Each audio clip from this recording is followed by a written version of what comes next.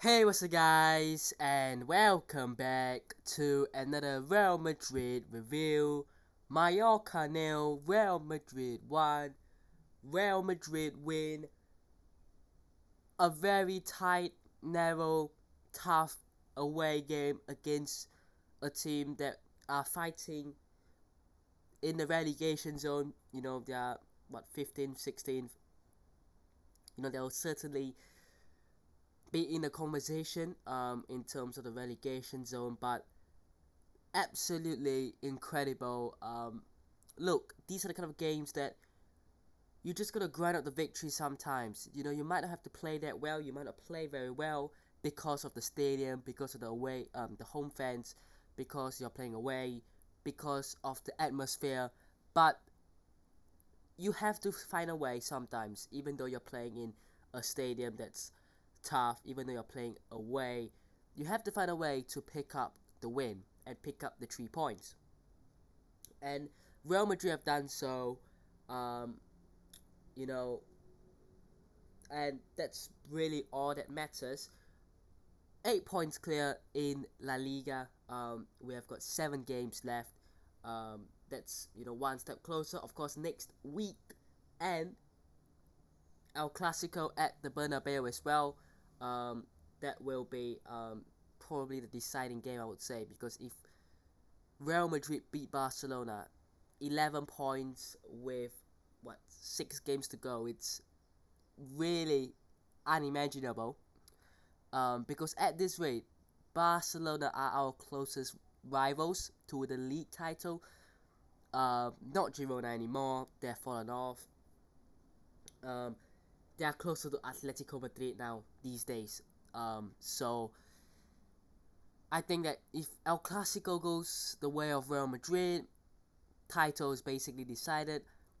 If for some reason Barcelona rock up and surprise us, 5 points with 6 games, that's game on. Um, so that will be a big weekend next weekend, big game, of course. And yesterday, obviously, Girona played Atletico and Atletico won. So both teams are not going to threaten us. Girona are 13 points off. They're not going to do anything. Um, really. So it's Barcelona, and you'll probably be decided next weekend, um, when it's all said and done. But Real Madrid, I mean, what a goal that was, by the way. Can we just talk about that? Tchouaméni with one of the goals of the season. If we're talking La Liga wise, that is up there. Of course, in terms of the season, the whole season, including all games, all competitions, you have obviously got the Fede Valverde goal midweek against Man City that you have to consider it. Um, and a lot of other goals as well. We've probably got a lot of very good goals this season. I mean, if you want to look at the goals of the season, you have to look all the way back, right? There's been so many goals scored this season, but that is certainly up there as one of the goals of the season. I have no idea how far away he was. Probably 40 yards or something crazy. Takes a shot, takes a deflection, loops over Vajkovic, who has absolutely no chance. He was just standing still. He didn't even know what to do.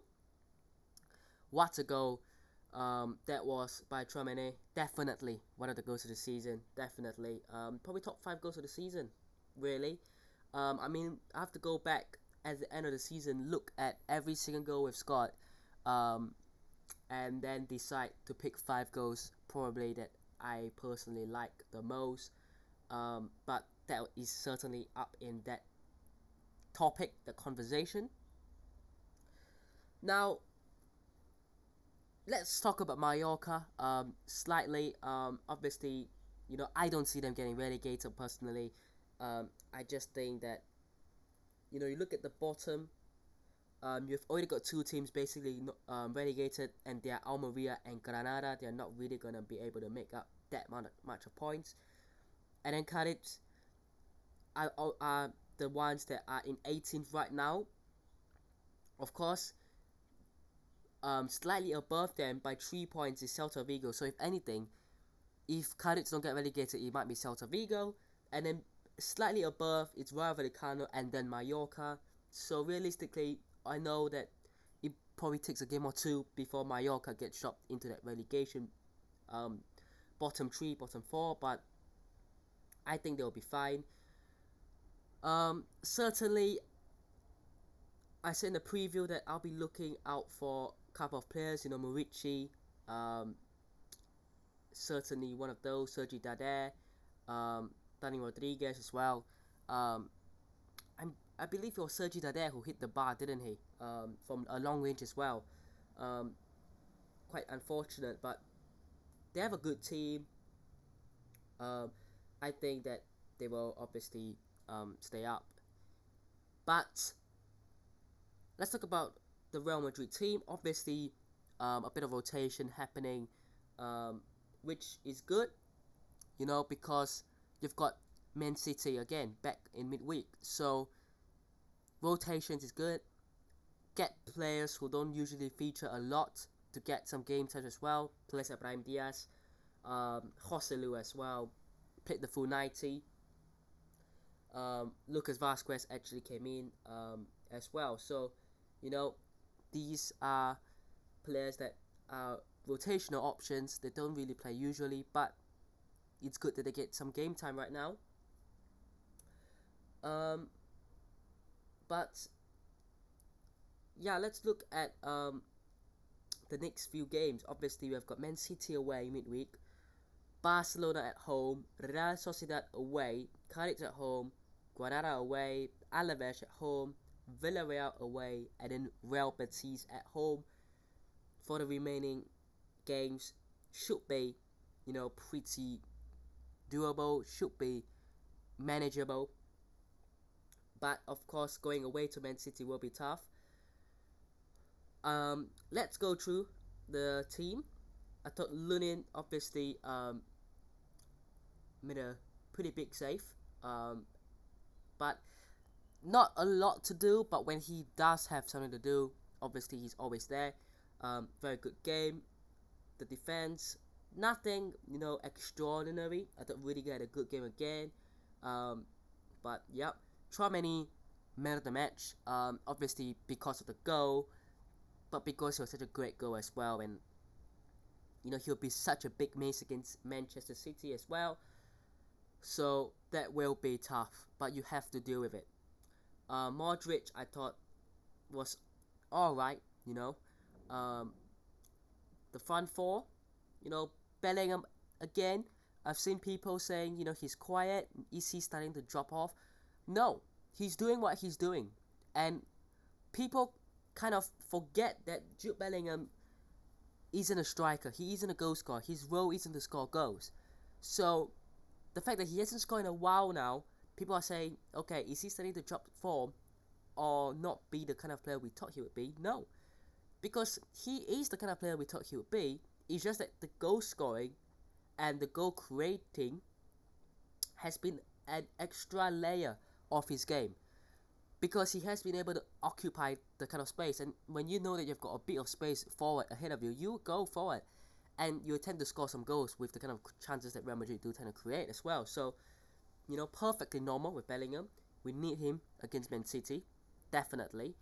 We need a good game from Bellingham. Definitely. But let's not start, criticizing Bellingham for not scoring, because that's not his job. Brahim Diaz, I thought was quiet.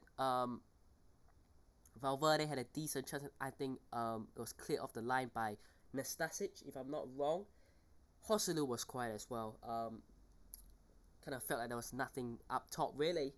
And Carvajal came on. Vinicius Junior came on. Camavinga came on. And crucially, Militao came on. But he literally came on in the 90th minute. So I said start Militao. I said at least let him play for 60 minutes. Right? But if he didn't start, which he didn't, okay, at least bring him on for 20-25 minutes. What's the point in bringing him on for a minute or two? Like, I don't see the point. So, look, it's going to be interesting to see if he will be featuring or starting at least against Man City. That will be absolutely crucial. But Let me know what your thoughts are down below. Hope you guys have enjoyed today's video. Hit the notification, subscribe to the channel on already, and I'll see you guys in the next one. Peace.